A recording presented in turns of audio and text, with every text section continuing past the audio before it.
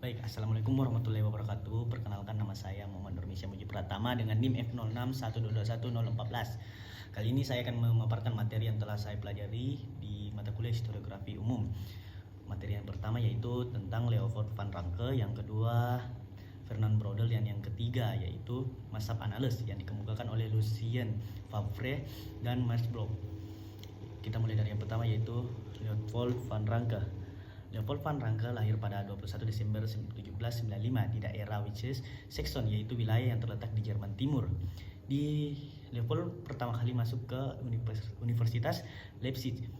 Ia mengambil jurusan di bidang teknologi dan ilmu dari dunia klasik dengan mengambil konsentrasi ilmu bahasa atau fisiologi, penerjemahan dan penguraian teks-teks lama.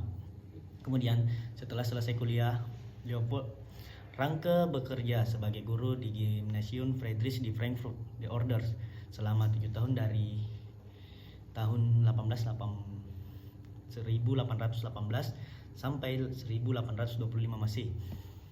Minat keilmuan Ranke pada awalnya bukanlah dalam bidang sejarah, melainkan dalam bidang yang menjadi jurusannya ketika masih kuliah, yaitu ilmu bahasa, penerjemah, dan penguraian teks lama. Akan tetapi bidang-bidang tersebut telah memberi landasan serta dorongan yang kuat untuk Ranke terjun dalam bidang sejarah. Leopold van Ranke adalah seorang sejarawan Jerman yang dikenal karena kontribusinya dalam pengembangan metode sejarah modern. Leopold terkenal dengan pendekatan yang objektif dan ketelitiannya dalam mengumpulkan dan menyusun fakta sejarah. Pemikiran utama Ranke adalah pentingnya menjaga kesucian dan keabsahan sumber-sumber sejarah. Ia berpendapat bahwa seseorang sejarawan harus terutama bergantung pada dokumen-dokumen asli untuk memahami dan menceritakan peristiwa-peristiwa sejarah. Ciri-ciri penulisan historiografi Leopold van Ranke. Di Amerika dan Inggris, metode Ranke diidentifikasi dengan beberapa slogan dan injection sejarah, terutama dalam studi tentang politik dan kebijakan luar negeri. Metode yang dikembangkan ialah metode sejarah kritis. Hal ini sebagai bukti ketidakpuasan dengan apa yang dianggap sebagai buku sejarah yang hanya sekumpulan fakta-fakta yang disatukan oleh sejarawan modern.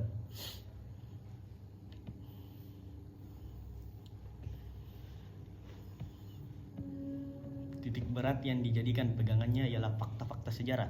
Ia bersandar pada tradisi dari fisiologi, akan tetapi penekanannya hanya terhadap dokumen-dokumen biasa dan sastra alam. Sejarah yang ia sajikan berdasarkan pada kenyataan yang benar-benar terjadi, lebih menarik daripada sejarah yang diromantisisme. Oleh karena itu, ia menolak khayalan-khayalan dalam karya sejarah. Dalam melakukan penelitian dan penulisan sejarah, ia hanya berpatokan pada motonya "Wie es eigentlich gewesen",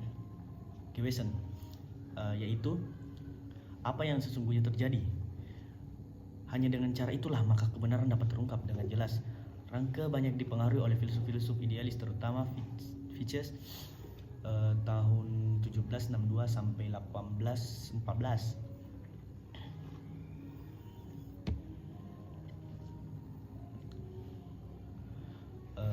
Ada juga sebuah model yang mempengaruhinya ialah roman historinya Bertolt Georg Niebuhr tahun 1776 sampai 1831, yang meyakinkan bahwa sebuah karya sejarah merupakan sebuah usaha literasi yang berguna. Metode yang dikembangkan menghantarkannya menjadi bapak sejarah kritis modern.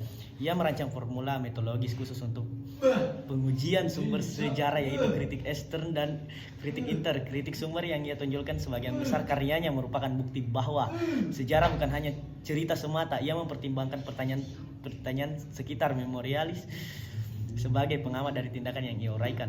Ranke tampaknya bermaksud merubah sejarah dalam suatu keilmuan rigorus, keilmuan yang menuntut aturan-aturan, proses-proses dan lain-lain yang harus diikuti dengan ketat dan yang dipraktikkan oleh sejarawan profesional. Ciri-ciri penulisan historiografi Ranke ialah yang pertama berdasarkan pada dokumen biasa di beberapa sastra, yang kedua menerapkan metode sejarah kritis atau berpatokan pada fakta-fakta sejarah, dan yang ketiga menggunakan pendekatan dunia melalui ide-ide ketuhanan.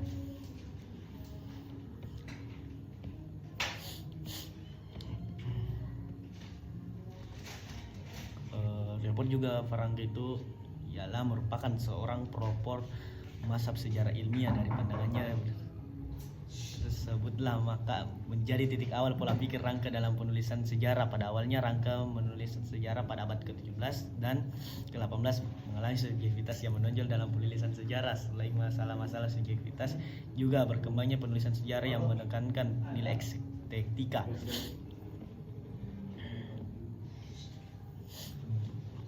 Konsep pemikirannya yang kritis tersebut terlihat dari karya pertamanya, yaitu Histories of the Latin dan Teutonic. Karena kekritisannya itulah maka ia dikenal sebagai bapak historisme, yang mana memberikan pandangan bahwa sejarah bukan hanya sebagai deret kejadian yang statis, melainkan sebagai perubahan-perubahan dinamisasi yang ada sangkut pautnya antara peristiwa yang satu dengan peristiwa yang lain. Kita berlanjut ke materi kedua, yaitu Fernand Braudel. Fernand Braudel lahir pada 24 Agustus 1902 di Landmiville, sebuah desa sederhana berpenduduk 200 orang di timur laut Prancis. Dia dibesarkan oleh neneknya saat masih kecil. Braudel pindah ke pinggiran kota Paris pada tahun 1908 saat ayahnya mengajar di Paris. Braudel pertama kali belajar di Lycée Voltaire, kemudian di Sorbonne, di mana ia memperoleh gelar sarjana di bidang kisah. Tidak memiliki kesulitan, tapi dia juga ada kegembiraan yang sangat besar. Braudel mengutip Profesor Ekonomis Prancis Henri Hauser sebagai salah satu kenangan terindahnya di Sorbonne. Meski dibesarkan di perkotaan, ia akhirnya lebih dipengaruhi oleh tahun-tahun awalnya di pedesaan Prancis.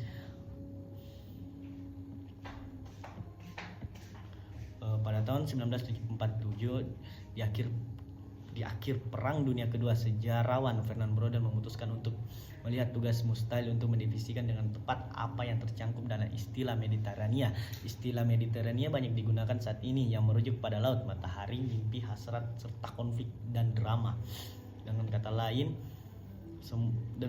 kita semua mempunyai gagasan tentang apa yang tersirat ketika berbicara mengenai Mediterania.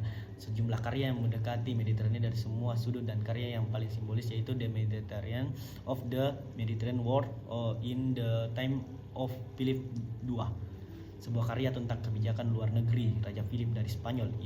Itu adalah salah satu warisan yang ditinggalkan oleh Braudel itu sendiri.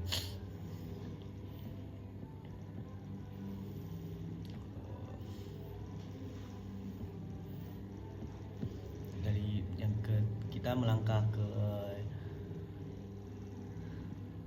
yang ketiga, yaitu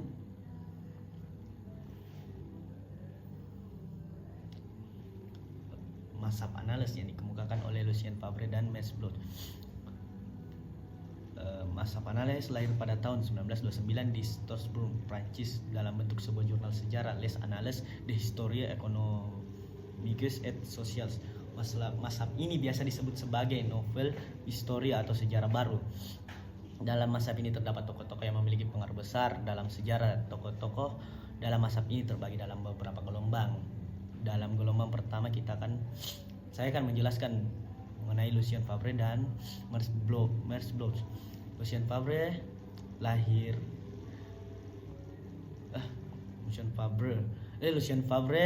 1878 sampai 1956 dan Max Bloch 1886 sampai 1944 adalah sejarawan terkenal yang berasal dari Prancis.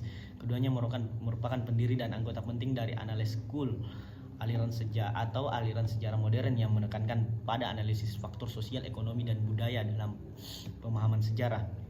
Max Bloch merupakan salah satu tokoh utama dalam mazhab analis, yang merupakan pendekatan sejarah sosial yang berfokus pada struktur jangka panjang dan perkembangan masyarakat. Bloch dan Lucien Favre mendirikan majalah Annales de l'Histoire économique et sociale pada tahun 1929 yang menjadi salah satu platform utama bagi pendekatan analis. Kita mulai dari biografi Lucien Favre. Lucien Favre lahir di Nancy, Prancis pada tahun 1878. Dia belajar sejarah di École Normande Supérieure di Paris dan kemudian menjadi profesor sejarah modern di Universitas Strasbourg. Favre sangat tertarik pada sejarah mentalitas, yakni pemahaman dan pikiran masyarakat di masa lalu. Salah satu karyanya yang terkenal adalah The Problem of Unival in the 16th Century, The Region of Rebellions pada tahun 1942. Karya ini meneliti tentang pemikiran dan sikap tidak percaya di abad ke-16. Sementara Marsblot lahir pada tahun 1886 di Lyon, Prancis. Ia juga belajar sejarah di École Normale Supérieure dan kemudian menjadi profesor di Universitas Strasbourg. Beliau sangat tertarik dengan sejarah sosial dan ekonomi, serta sejarah pertanian dan agraria. Salah satu karya terkenalnya adalah Feudal Society pada tahun 1939. Ia mengkaji tentang sistem feodal dan peranannya dalam perkembangan masyarakat Eropa pada abad pertengahan. Mazhab analis menggunakan pendekatan multidisipliner dalam mempelajari sejarah. Mereka menggabungkan konsep-konsep dari berbagai disiplin ilmu sosial seperti sosiologi, antropologi, ekonomi dan geografi untuk memperluas wilayah sejarah dan mengalihkan perhatian para sejarawan dari sejarah politik yang sempit menuju sejarah yang lebih luas dan manusiawi.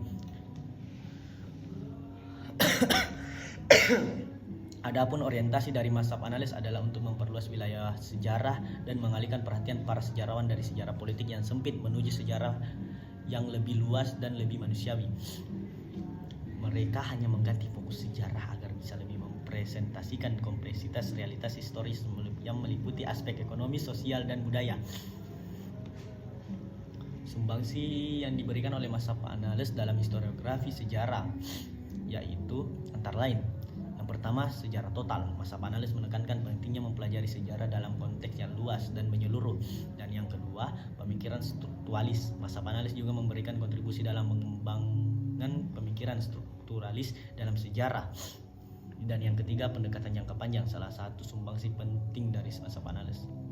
Pendekatan jangka panjang yang dikemukakan yaitu dalam mempelajari sejarah, para sejarawan menganalisis perubahan sejarah yang terjadi dalam kurun waktu yang panjang.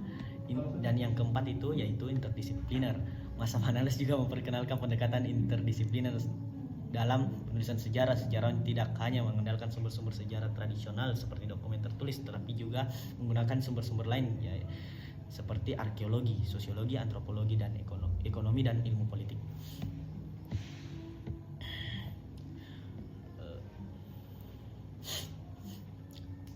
Melihat dari pencapaian didapatkan oleh Lucien Favre dan Marsblot tidak terlepas dari sumber-sumber yang mereka gunakan dalam merealisasikan pemikirannya. Hal ini dapat terlihat karena Marsblot dan Favre memperjuangkan agar sumber sejarah tidak dibatasi pada dokumen arsip saja. Dalam Combat for Pistorie seperti dikutip Proust, ia mengatakan tidak cukup jika sejarah ditulis hanya atas dasar sumber tertulis. Sejarawan harus dapat membuat bicara sumber-sumber atau isu seperti bentuk ladang, perangkat kakang kuda, komposisi kimia pedang. Mereka juga menghendaki agar sejarah membuka diri terhadap ilmu-ilmu lain, menggunakan ilmu bantuan dalam penelitian dan penulisan sejarah. Mazhab analis juga memiliki beberapa keunikan yang membedakan pendekatan yang digunakan terhadap sejarah dengan yang lain. Beberapa keunikan tersebut antara lain: yang pertama, memperluas wilayah sejarah. Mazhab analis berusaha untuk memperluas wilayah sejarah dengan mengalihkan perhatian para sejarawan dari sejarah politik yang sempit menuju sejarah yang lebih luas dan lebih manusiawi. Yang kedua, pendekatan multidisipliner. Mazhab analis menggunakan pendekatan multidisipliner dalam mempelajari sejarah. Mereka menggabungkan konsep-konsep dari berbagai disiplin ilmu sosial seperti sosiologi, antropologi, dan geografi untuk memperluas wilayah sejarah. Yang ketiga, kritik terhadap spesialisasi. Analis menentang semangat spesialisasi dalam sejarah dan mengkritik pandangan ini sebagai suatu yang tidak realistis karena menciptakan hambatan untuk mencapai pemahaman masyarakat manusia yang lebih baik. Yang keempat, penggunaan pendekatan kuantitatif dan kualitatif. Mazhab analis menggunakan pendekatan kuantitatif dan kualitatif dalam mempelajari sejarah dengan memanfaatkan data statistik dan sumber-sumber arsip untuk menghasilkan penjelasan yang lebih komprehensif tentang realistis histori. Dan yang kelima, fokus sejarah fokus pada sejarah jangka panjang. Mazhab analis menekankan pentingnya mempelajari sejarah jangka panjang dan menentang pandangan sejarah yang hanya memperhatikan peristiwa-peristiwa penting dalam waktu yang disingkat. Itulah tadi penjelasan dari saya. Apabila ada kekurangan mohon dimaafkan. Wabillahi taufiq wal hidayah. Wassalamualaikum warahmatullahi wabarakatuh.